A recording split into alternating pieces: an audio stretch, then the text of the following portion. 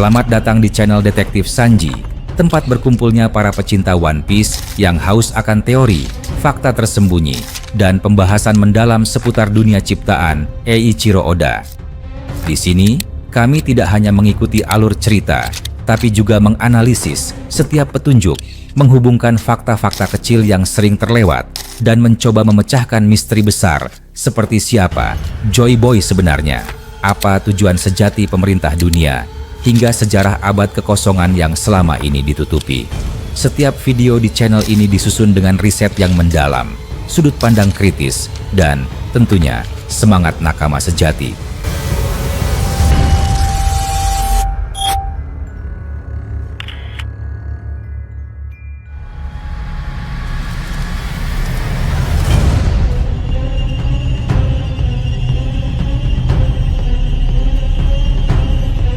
Langit Pulau Hachinosu siang itu diselimuti awan hitam tebal, seolah menandakan bencana besar akan segera tiba. Dari menara pengintai di sisi barat pulau, terlihat ratusan kapal hitam berlayar mendekat dengan formasi menyeramkan. Ombak bergulung ganas, tertiup angin badai yang membawa aroma mesiu dan darah. Di atas puncak tebing, Ben Beckman berdiri tegap dengan wajah serius. Matanya menatap tajam ke arah armada yang datang. Ia tahu itu bukan sekadar pasukan bajak laut biasa, melainkan orang-orang kuat dari aliansi Kurohige yang baru saja tiba untuk memperkuat posisi sang kaisar kegelapan. Tanpa menunggu aba-aba, Ben Beckman mengangkat senjatanya yang telah terlapisi Busoshoku Haki dan Haoshoku Haki. Setiap peluru yang ditembakkan meledak seperti ledakan meriam besar. Dentuman keras menggema di udara, menimbulkan getaran hingga ke dasar pulau. Kapal-kapal musuh porak-poranda dihantam ledakan beruntun. Api berkobar di permukaan laut, menciptakan pemandangan seperti neraka yang menyala di atas air. Namun, meski banyak kapal hancur, masih ada sebagian yang berhasil mendekat. Bajak laut dari berbagai era mulai melompat ke daratan. Tubuh-tubuh besar dengan tato hitam dan mata tajam melesat seperti monster dari masa lalu. Salah satu di antara mereka adalah seorang legenda lama, rival dari Wang Zi, bajak laut yang dulu ditakuti di Grand Line. Setelah mendengar kabar bahwa Kurohige telah menumbangkan Wang Zi dan merebut kekuasaan di Hachinosu, pria itu datang bukan untuk membalas dendam, tetapi untuk menawarkan kesetiaan. Kini, ia berdiri di pihak sang kaisar kegelapan, membawa semangat perang dan ambisi baru. Pertempuran di tepi pantai meledak tanpa ampun. Ben Beckman menembak tanpa henti, namun musuh yang datang terlalu banyak. Setiap tembakan menumbangkan beberapa orang, tapi gelombang berikutnya selalu datang, lebih brutal dan lebih haus darah. Ledakan, teriakan, dan suara logam beradu memenuhi udara. Darah menodai pasir hitam pulau itu, sementara aroma garam bercampur dengan bau mesiu yang menyengat. Di sisi lain, pulau, di tengah reruntuhan kota tua, dua sosok raksasa tengah saling berhadapan. Shanks, si rambut merah, berdiri di depan reruntuhan menara batu, sementara di hadapannya, Kurohige dengan tubuh besar dan tawa menyeramkan menatap dengan tatapan haus akan kekuasaan. Di antara keduanya, udara bergetar oleh tekanan spiritual yang luar biasa. Dua aura Haoshoku Haki saling bertabrakan, menciptakan kilatan petir hitam di udara. Tanah di sekitar mereka retak dan dinding bangunan runtuh oleh tekanan semata. Kurohige tertawa keras. Masih saja memakai jurus peninggalan Roger? Bukankah sudah waktunya menunjukkan sesuatu yang benar-benar milik sendiri, si rambut merah? Shanks menatap tajam, diam sejenak, lalu menarik napas panjang. Aura di sekelilingnya berubah. Baiklah, ucapnya pelan, namun menggema dalam keheningan yang mencekam. Jika itu yang diinginkan, maka akan diperlihatkan kekuatan sejati milik sendiri. Pedang yang dipegangnya terlapisi cahaya hitam berkilau. Dengan satu gerakan cepat, Shanks menusuk udara. Seketika langit bergemuruh dan petir hitam menyambar dari segala arah. Ledakan haki yang amat besar mengguncang tanah, menciptakan gelombang kejut hingga radius ratusan meter. Kurohige mencoba menangkis, namun kecepatan Shanks di luar dugaan. Serangan itu menghantam langsung, membuat tubuh besar Kurohige terhempas ke belakang, menghancurkan beberapa bangunan di belakangnya. Debu dan puing beterbangan ke udara, menutupi pandangan. Belum sempat berdiri sempurna, Shanks sudah muncul di depan wajahnya. Tubuhnya tampak mengganda. Dua sosok dengan pedang identik bergerak bersamaan, seperti ilusi yang hidup. Jurus itu adalah ciptaannya sendiri, hasil latihan bertahun-tahun. Ia menggabungkan kekuatan Busoshoku dan Haoshoku Haki, menciptakan serangan yang bahkan melampaui apa yang pernah digunakan Roger. Petir hitam berputar di udara, membentuk spiral besar seperti naga yang berteriak dari langit. Kurohige berteriak marah dan mengerahkan seluruh kekuatannya. Gura-gura Nomi, Yami-Yami Nomi, dan Busoshoku Haki dilepaskan bersamaan. Udara menjadi berat dan terdistorsi, seperti ditarik ke dalam pusaran dimensi lain. Namun, serangan Shanks tetap menembus lapisan pertahanan itu. Tubuh Kurohige kembali terhempas, menabrak dinding batu besar hingga runtuh. Darah mengalir dari sudut bibirnya, tapi matanya masih menyala penuh kebencian. Langkah Shanks perlahan mendekat. Setiap langkah terdengar jelas di tengah keheningan pasca ledakan. Aura yang terpancar darinya membuat para prajurit di sekitar tak berani bergerak. Beberapa bahkan kehilangan kesadaran hanya karena tekanan haki yang terlalu kuat. Pemandangan itu mengingatkan pada momen di mana Shanks berjalan menuju Eustace Kid usai menebasnya dengan Kamusari. Namun kali ini aura yang terpancar jauh lebih kelam.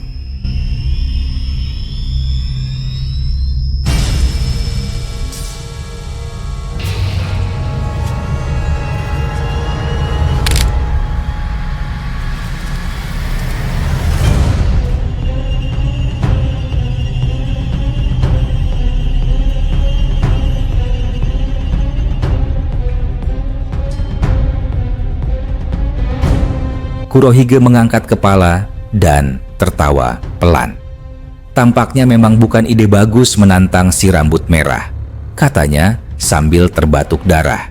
Shanks menatap tanpa emosi. Tidak ada yang bisa menahan kekuatan ini. Jurus-jurus yang digunakan Roger hanyalah fondasi. Yang baru saja diperlihatkan hanyalah 2 dari sekian banyak teknik ciptaan sendiri. Udara di sekitar menjadi dingin.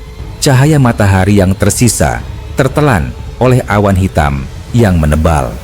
Kurohige tersenyum sinis. Kalau begitu, mari lihat seberapa jauh kemampuan itu bisa menandingi kegelapan. Kegelapan hitam pekat mulai muncul dari tubuh Kurohige. Yami-Yami Nomi mulai aktif sepenuhnya. Langit tertutup kegelapan yang bergolak, menyerap cahaya, udara, bahkan suara. Semua terasa hening dan mencekam. Dalam hitungan detik, cahaya dari sekitar kota lenyap, digantikan oleh pusaran hitam yang menelan segalanya. Shanks tetap berdiri di tengah pusaran itu. Tubuhnya diselimuti petir hitam. Hanya matanya yang memancarkan cahaya tajam seperti bara api. Melalui Kenbunshoku Haki tingkat tinggi, ia melihat sekilas masa depan. Apa yang akan terjadi jika serangan Kurohige dilepaskan? Pemandangan itu cukup untuk membuat siapapun gentar, namun tidak untuk Shanks, si rambut merah. Justru senyum kecil muncul di wajahnya. Dalam pikirannya terlintas kembali masa lalu, masa ketika berdiri di dek kapal Oro Jackson bersama Roger dan Rayleigh. Suara tawa Roger terdengar jelas di ingatan, bersama percakapannya tentang 2 buah iblis yang paling dibenci pemerintah dunia, Hito-Hito Nomi, model Nika, dan Yami-Yami Nomi. Roger saat itu berkata, jika 2 kekuatan ini kembali muncul di dunia pada waktu yang sama, dunia akan terguncang sekali lagi. Kini, kata-kata itu menjadi kenyataan. Di satu sisi, berdiri pewaris semangat Nika, dan di sisi lain, berdiri sang penguasa kegelapan sejati. 2 kekuatan yang menandai lahirnya era baru, saling berhadapan di tengah pulau yang nyaris hancur. Kurohige tertawa gila, menekan kedua tangannya ke tanah. Kegelapan yang ia kumpulkan berubah menjadi bentuk bola energi raksasa, berdenyut seperti jantung hidup. "Inilah akhir dari segalanya," teriaknya dengan suara bergemuruh. Energi hitam itu menyerap semua yang ada di sekitarnya, termasuk cahaya, batu, bahkan nyawa makhluk kecil yang tak sempat melarikan diri. Shanks menatap lurus ke arah bola kegelapan itu. Petir hitam menyambar di sekeliling tubuhnya, membentuk pusaran energi. Jika kegelapan itu ingin menelan dunia, gumamnya pelan, maka cahaya ini akan memecahnya. Kedua kekuatan dilepaskan bersamaan. Ledakan cahaya dan kegelapan bertabrakan di langit. Suara yang dihasilkan bukan sekadar dentuman, melainkan teriakan dunia yang retak. Gelombang energi meluas ke segala arah, menghancurkan apapun yang dilewatinya. Laut di sekitar Hachinosu terbelah, dan langit dipenuhi petir serta pusaran kegelapan yang bergulung. Ben Beckman yang masih bertarung di tepi pulau menatap ke arah langit dengan ngeri. Semua orang, baik musuh maupun sekutu, berhenti bergerak, terpaku melihat dua kekuatan besar itu bertabrakan. Cahaya putih dan hitam saling menelan hingga tak bisa dibedakan mana yang menang. Di tengah kehancuran itu, siluet dua sosok masih terlihat. Shanks berdiri tegap dengan pedang yang kini bergetar hebat, sementara Kurohige masih menahan kegelapan dengan tangan terulur. Tanah di bawah mereka retak seperti jaring laba-laba raksasa. Udara penuh dengan serpihan batu dan percikan energi. Setiap hembusan napas dari kedua sosok itu mampu membuat bumi berguncang. Pertarungan itu belum berakhir. Dunia di luar sana mungkin belum tahu apa yang sedang terjadi di Pulau Hachinosu, tapi getaran dari pertempuran itu sudah terasa di seluruh lautan. Para pengamat di Red Line dan New Marineford mulai menyadari sesuatu, bahwa sejarah sedang ditulis ulang di tempat itu. Sementara itu, di dalam hati Shanks, kenangan masa lalu kembali bergema. Luka di mata kirinya terasa berdenyut, seolah menegaskan bahwa pertempuran ini bukan sekadar pertarungan antara dua bajak laut, melainkan penentuan nasib dunia. Kurohige bukan lagi sekadar musuh, tapi simbol kegelapan yang selama ini menjadi bayangan di dalam sejarah lautan. Ketika gelombang energi mulai mereda, keduanya masih berdiri. Tubuh penuh luka, napas tersengal, namun mata mereka masih menyala dengan semangat yang sama. Semangat untuk tidak menyerah, bahkan di ambang kehancuran. Pulau Hachinosu kini hanya menyisakan puing dan api, tapi dari sana, suara petir kembali terdengar. Pertarungan belum usai. Dunia akan segera tahu siapa yang benar-benar pantas disebut legenda di era baru ini. Langit di atas Pulau Hachinosu tampak bergemuruh, seolah alam sendiri menyadari sesuatu yang mengerikan akan segera terjadi. Awan hitam berputar perlahan, dan angin laut berembus membawa aroma garam bercampur darah. Di tengah medan perang yang porak-poranda itu, sosok bernama Shanks berdiri tegak. Tatapannya tajam menembus badai debu dan serpihan reruntuhan yang beterbangan.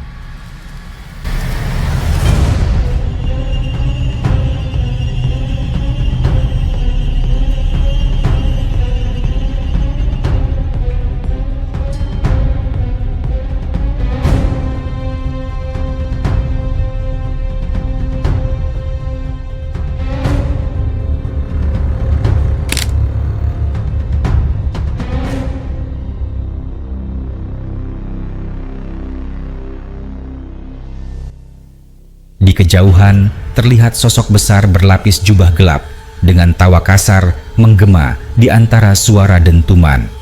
Kurohige, manusia yang rela mengkhianati segalanya demi kekuatan, kini menggenggam buah iblis legendaris, Yami no Mi, buah yang konon mampu mengendalikan batas antara kehidupan dan kematian. Shanks tahu sejak lama buah itu bukan sekadar legenda. Itu adalah kekuatan yang bahkan para dewa pun takutkan. Sebuah amarah dingin mengalir di dada Shanks. Masih teringat jelas bagaimana Kurohige menodai kepercayaan dan menumpahkan darah rekannya sendiri demi mendapatkan buah itu. Kekuatan sebesar itu di tangan monster seperti Kurohige hanyalah bencana yang menunggu waktu untuk meledak.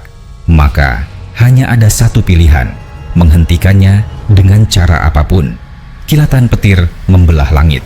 Dari balik asap, tubuh Kurohige mulai dipenuhi aura hitam pekat, berputar seperti pusaran neraka. Suara tawanya berubah semakin dalam, seperti datang dari jurang maut. Ia sedang mempersiapkan jurus pamungkasnya, sebuah teknik penghancur yang mampu menelan seluruh daratan hanya dalam satu gerakan. Shanks mengatupkan kedua tangannya, membiarkan hawa keemasan mengalir dari tubuhnya. Dalam sekejap, Housoku Hakinya menyebar seperti gelombang kejut. Para prajurit lemah dari aliansi Kurohige yang berdiri di sekitarnya seketika jatuh pingsan.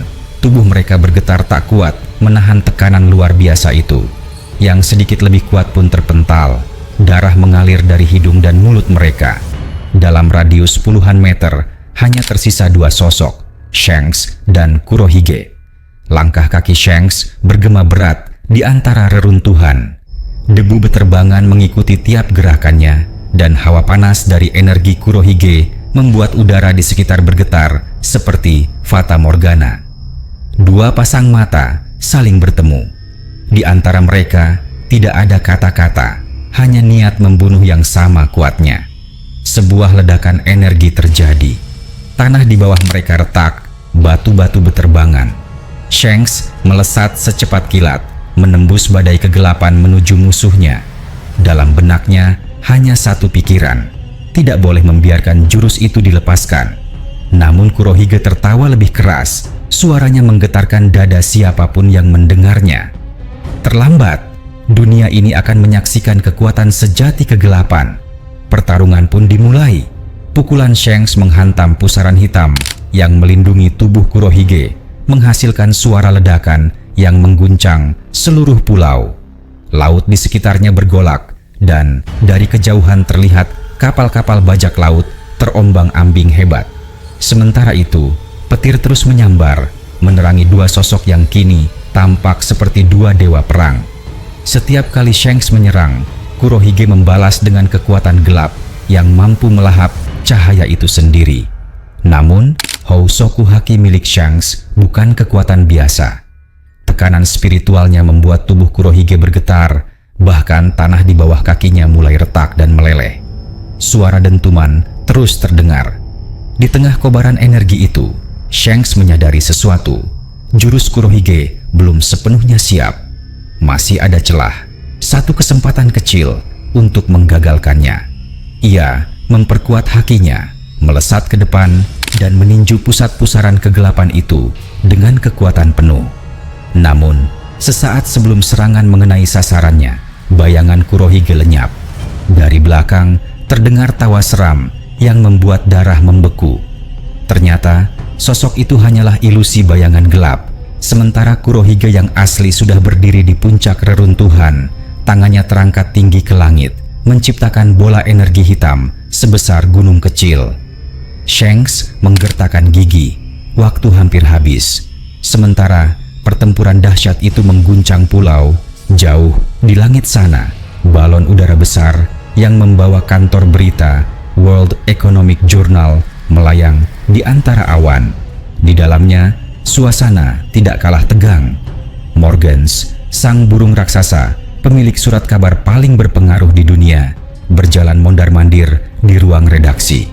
Di hadapannya terpampang layar besar yang menampilkan siaran langsung dari beberapa titik pertempuran.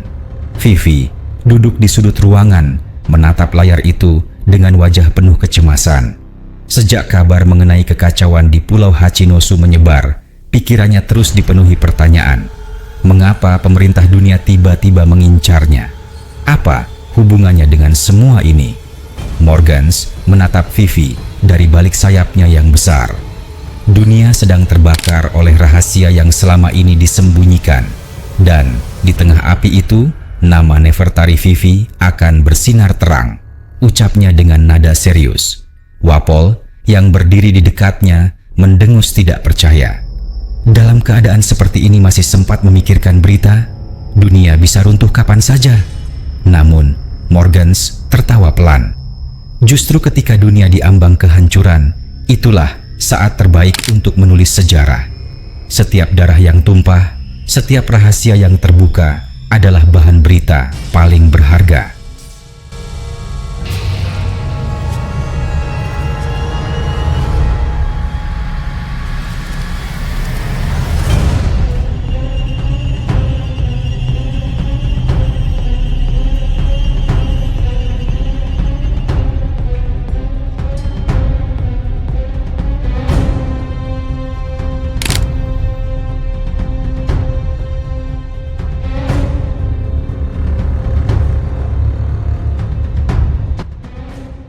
Ia menatap Vivi kembali. Kerajaan Alabasta, milik leluhurmu, menyimpan sesuatu yang tidak ingin diketahui oleh pemerintah dunia. Mereka yang dulu menolak tinggal di Mariejoa memilih menjadi manusia biasa. Tapi, keputusan itu membuat garis keturunan mereka menjadi kunci rahasia terbesar di dunia ini. Pemerintah dunia tidak akan pernah membiarkan rahasia itu terbuka. Vivi terdiam lama. Di luar, angin malam meniup balon udara, membuatnya berderak pelan. Morgans melanjutkan dengan suara rendah. Menjagamu berarti berhadapan langsung dengan pemerintah dunia. Tapi, membiarkanmu berarti kehilangan kesempatan emas. Di antara risiko dan peluang, terkadang hanya keberanian yang bisa menjadi penentu nasib. Senyum misterius muncul di paruhnya yang tajam. Dan keberanian itulah yang membuat berita menjadi hidup. Di sisi lain dunia, di daratan megah Elbaf, tempat para raksasa tinggal, suasana berbeda sama sekali. Di bawah langit jingga, Luffy sedang berlatih di tengah lapangan batu yang luas. Tubuhnya basah oleh keringat, napasnya terengah-engah, tapi matanya tetap menyala penuh semangat. Energi matahari mengalir di dalam tubuhnya, sebuah kekuatan baru yang masih sulit dikendalikan. Setiap kali mencoba memusatkan energi itu, pancaran cahaya keluar dari kulitnya seperti bara api. Beberapa kali gagal, bahkan sempat terlempar jauh oleh ledakan energinya sendiri. Namun, tawa keras selalu terdengar setiap kali ia jatuh. Gaban, sosok tua berambut perak yang mengawasinya, tersenyum puas. Itu sudah lebih baik dari sebelumnya. Bahkan, jika hanya secuil energi, kekuatanmu mulai terasa. Di telapak tangan Luffy, kini tampak bola cahaya kecil berwarna emas keputihan. Sebuah matahari mini yang berdenyut pelan. Energi itu hangat, namun penuh daya. Menurut Gaban, cahaya kecil itu hanya mewakili 1% dari kekuatan Mother Flame yang asli. Sumber energi kuno yang dahulu digunakan untuk menciptakan senjata pemusnah dunia. Vegapunk pernah mencoba menirunya di Pulau Egghead, namun hasilnya hanya mencapai 10% dari aslinya. Kini Luffy sedang mencoba melampaui batas itu dengan harapan suatu hari bisa menandingi kekuatan yang sedang dikuasai Im Sama. Jika bisa mencapai 2 kali kekuatan replika Vegapunk, kata Gaban pelan, maka mungkin ada harapan untuk menghadapi Im Sama yang kini bersembunyi di tubuh Gunko. 20% energi matahari sejati akan cukup untuk menandingi kegelapan 10% milik Imu. Luffy menggenggam tangannya. Bola cahaya itu bergetar makin kuat. Panasnya menyebar, membuat udara di sekitarnya bergelombang. Ia tahu jalan ini panjang, tapi di dalam dada ada keyakinan yang tak bisa dipadamkan. Di puncak menara batu, Loki, raksasa muda yang sedang mengamati latihan itu, berbisik kepada Gaban, apakah 20% cukup untuk melawan Im Sama? Gaban mengangguk perlahan. Selama ia tetap berada di tubuh Gunko, itu sudah cukup. Hanya di tubuh aslinya, Imu bisa menggunakan 100% kekuatannya, dan kita tidak boleh membiarkannya sampai ke sana. Namun, di sudut Elbaf yang jauh, seorang tetua berjubah tebal tiba-tiba membuka matanya. Tubuhnya kurus, rambutnya putih panjang, tapi matanya bersinar tajam seperti kristal. Ia bisa merasakan sesuatu dari kejauhan, gelombang energi kuno yang begitu lembut tapi murni. Energi ini, gumamnya lirih. Energi Dewa Matahari Nika. Setelah ribuan tahun, akhirnya muncul lagi. Para penjaga di sekitarnya saling berpandangan. Tetua itu berdiri perlahan, menatap ke arah di mana cahaya kecil milik Luffy berkilau. Masih lemah, katanya. Tapi di balik cahaya kecil itu, ada potensi untuk menyalakan kembali matahari yang pernah padam. Sementara itu, di tempat berbeda, Zoro dan Sanji yang sedang berada di batas dunia bawah dan dunia matahari juga merasakan sesuatu. Zoro menatap ke arah langit dengan senyum samar. Ternyata bukan hanya pedangku yang berkembang. Luffy juga semakin gila. Sanji mendengus. Tunggu saja. Kekuatan baruku akan membuatmu ternganga. Ingatan Sanji melayang ke pertempuran di Pulau Egghead. Saat itu, ketika Luffy berubah menjadi wujud putih penuh cahaya, hawa panas luar biasa sempat terasa. Sanji sempat mengira itu datang dari Kizaru yang merupakan manusia cahaya. Namun kini, ia tahu kebenarannya. Panas itu berasal dari kekuatan Dewa Matahari Nika yang ada di dalam diri Luffy. Zoro menatapnya dengan tatapan mengejek. Kalau tidak ingin tertinggal, sebaiknya segera temukan kekuatanmu sendiri. Sanji membalas dengan senyum sinis. Jangan khawatir, saat waktunya tiba, kekuatanku akan membuatmu menyesal sudah bicara begitu. Di atas sana, jauh di langit dunia matahari, Im Sama berdiri di atas hamparan cahaya berwarna emas gelap. Sosoknya tampak seperti bayangan tanpa bentuk jelas, hanya dua mata merah yang menyala. Ia bisa merasakan energi Luffy yang kecil itu dan tersenyum tipis.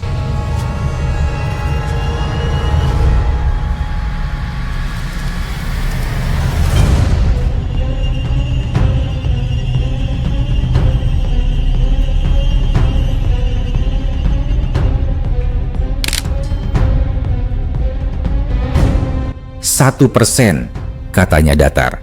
Cahaya sekecil itu tak akan bisa menembus kegelapan yang telah abadi.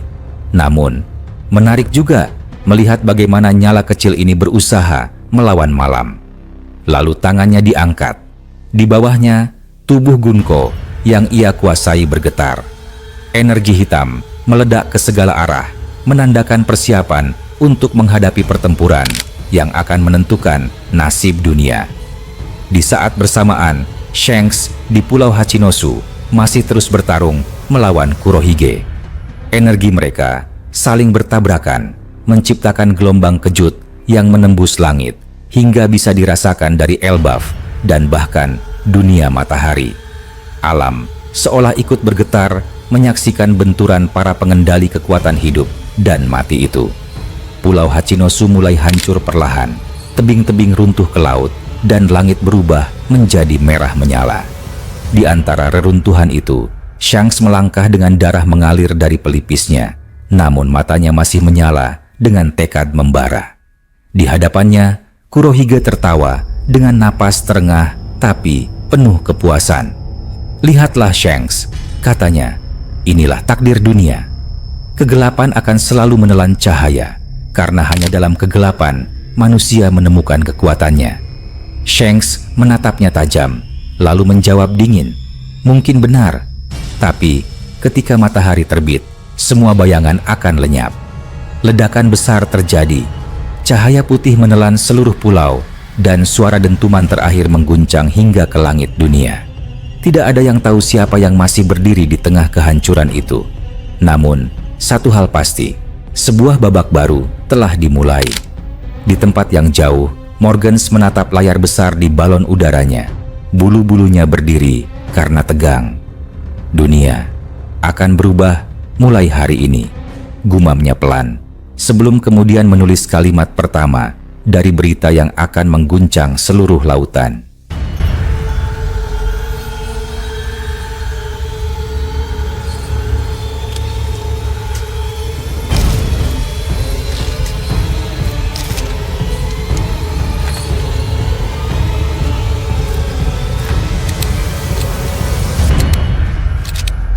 Terima kasih sudah menyaksikan video ini sampai selesai.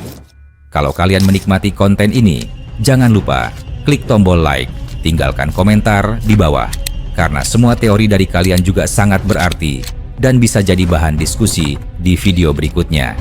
Dan tentu saja, klik subscribe serta aktifkan lonceng notifikasi supaya kalian tidak ketinggalan update terbaru dari kami. Sampai jumpa di video selanjutnya.